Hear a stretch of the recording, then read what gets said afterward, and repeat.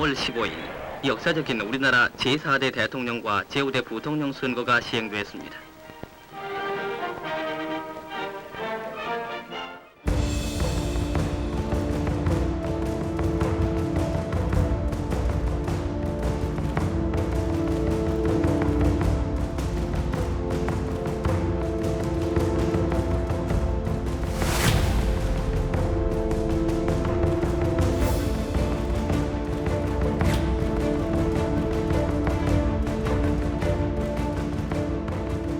삼 차 개헌은 4.19 혁명으로 이승만 대통령이 하야한 후에 만들어졌는데 국민의 자유와 권리를 최대한 보장하고 공무원의 신분과 정치적 중립성을 보장하는 내용이 중심이 되었습니다.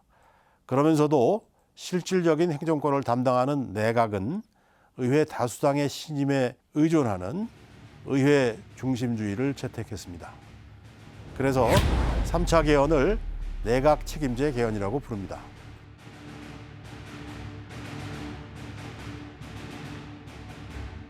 (4차) 개헌은 1960년 11월 법이 생기기 전에 행한 범죄도 똑같이 법을 적용한다는 소급 입법 개헌으로 3.15 부정선거 관련자 처벌에 대한 부칙을 넣으려고 개정했던 겁니다.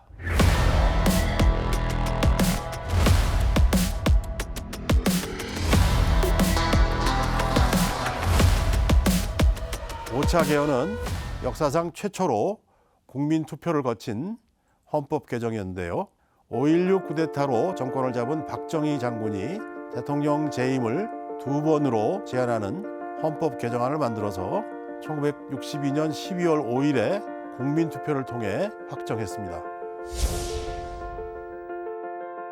이후 이루어진 6차 개헌은 삼선 개헌이라 하는데 1969년 박정희 대통령이 삼선 금지 조항을 철폐하고 대통령을 3선까지 할 수 있도록 한 개헌입니다.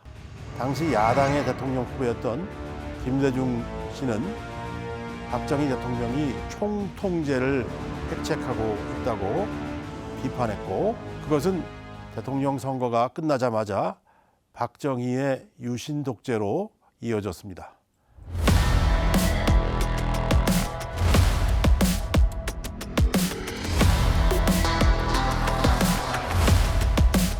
7차 개헌은 유신헌법 개헌이죠. 1972년 10월에 비상조치로 헌정이 중단된 상태에서 비상국무회의를 통해 만들어진 개정안으로 통일주체 국민회의에서 대통령을 선출하는 간접선거 방식을 채택했습니다. 1인 장기 집권체제를 제도적으로 확립하는 데 목적이 있었던 것이죠. 그래서 사람들은 유신 시대의 대통령 선거를 체육관 선거라고 비꼬 왔습니다.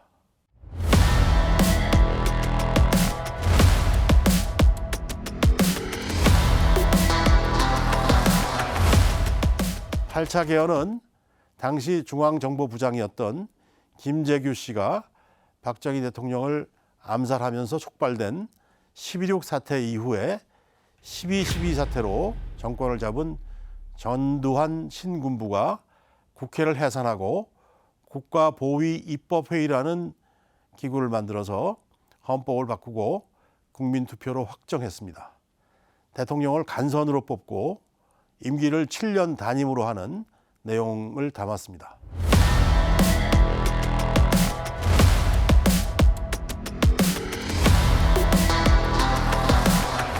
(9차) 개헌은 현재의 헌법이죠. 시민들이 6월 민주항쟁을 통해서 대통령 직선제 개헌을 쟁취하면서 국민투표를 거쳐서 1987년 10월 29일에 공포되었습니다. 여야 합의로 대통령 직선제 그리고 5년 단임으로 개정을 해서 지금에 이르고 있죠.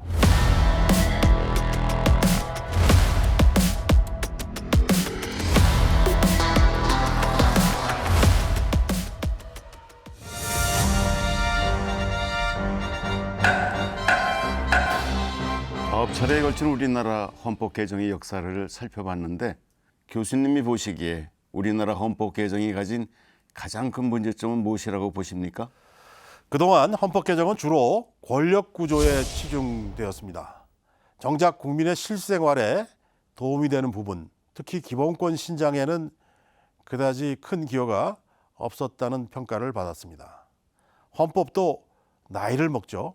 세상은 점점 빠른 속도로 변화를 거듭하고 지금도 급속히 바뀌고 있습니다.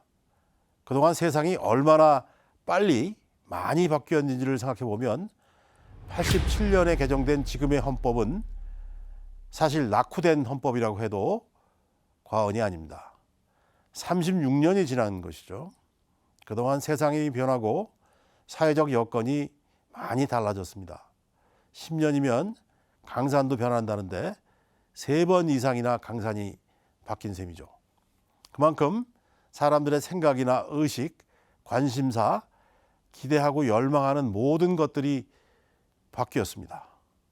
지표로 따져보자면 우리는 이제 세계 10위 안에 드는 G7 또는 G8에 육박하는 세계 굴지의 경제대국이 되어 있죠. 우리도 모르는 사이에 이미 선진국 클럽에 들었거나 가입 문턱에 가까이 가 있습니다. 상전벽해라고나 할까요? 대한민국의 위상이 정말 달라졌다는 사실은 외국에 나가보면 잘 실감하게 됩니다. 이제는 헌법도 낡은 옷을 벗고 새 옷을 입을 때입니다. 오늘 그리고 가까운 미래의 시대 정신에 맞지 않는 요소들이 있다면 바뀐 세상과 새로운 시대 정신에 맞게 고치는 게 당연하겠죠. 이런 생각은 결코 저 혼자만의 생각은 아닙니다. 이미 여러 해 전부터 나라의 앞길을 걱정하는 많은 분들이 공유해 온 생각이었습니다. 그렇지만 헌법을 개정하기에 앞서 신중히 생각해 볼 문제가 많은 것도 사실입니다. 지금의 시대 정신에 맞게 제7공화국 헌법을 개정해야 한다면 우리는 어떤 문제와 상황들을 고려해야 할까요? 빅데이터와 인공지능 등 과학기술이 비약적으로 발전하는 가운데 기후위기가 날로 심각해지고 있습니다. 기상이변으로 인한 홍수와 폭풍, 가뭄, 산불 등 세계 곳곳에서 기후재난이 끊이지 않고 있죠. 코로나 바이러스로 인한 팬데믹, 얼마 전에 끝났다고 하지만 이게 시작에 불과할 수도 있다. 서막일지도 모른다는 공포가 엄습하고 있습니다. 인구 절벽으로 인한 인구 소멸의 위기도 이미 가시화된 지 꽤 됐습니다. 우리나라는 2022년 기준 65세 이상 인구 비율이 18%에 달합니다. 이미 고령 사회에 접어들었습니다. 2025년이 되면 전체 인구 가운데 65세 이상이 20%를 넘는 초고령 사회로 접어들 것이라는 예측이 나옵니다. 이는 일본보다 더 가파른 속도죠. 세계 최고의 초고속 초고령 사회가 되는 것이라고 합니다. 그뿐이 아닙니다. 노인 인구의 비중은 급속히 증가하는데 노인 빈곤율은 세계 최고 수준입니다. 더 큰 문제죠. 지방 소멸 역시 심각합니다. 2020년 3월 기준으로 전국의 소멸 위험 지역은 113곳으로 전국 228개 시군구의 약 절반 수준으로 나타나고 있습니다. 인류는 싫든 좋든 인공지능의 시대로 접어들고 있습니다. 노동의 미래도 밝지 않습니다. 직업의 세계도 시시각각 바뀌고 있습니다.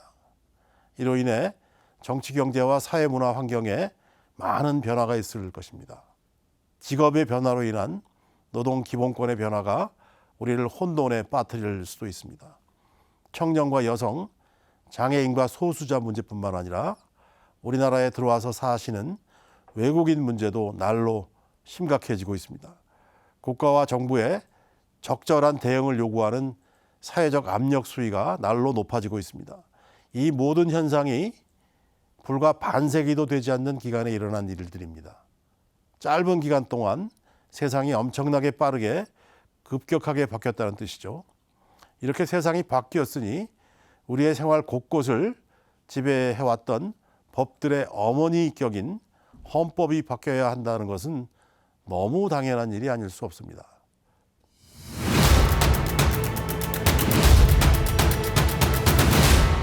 오늘은 제7공화국 개헌을 말하다의 첫 순서로 헌법이 무엇인지, 그동안 어떤 과정을 거쳐 오늘의 헌법에 이르렀는지를 살펴봤습니다.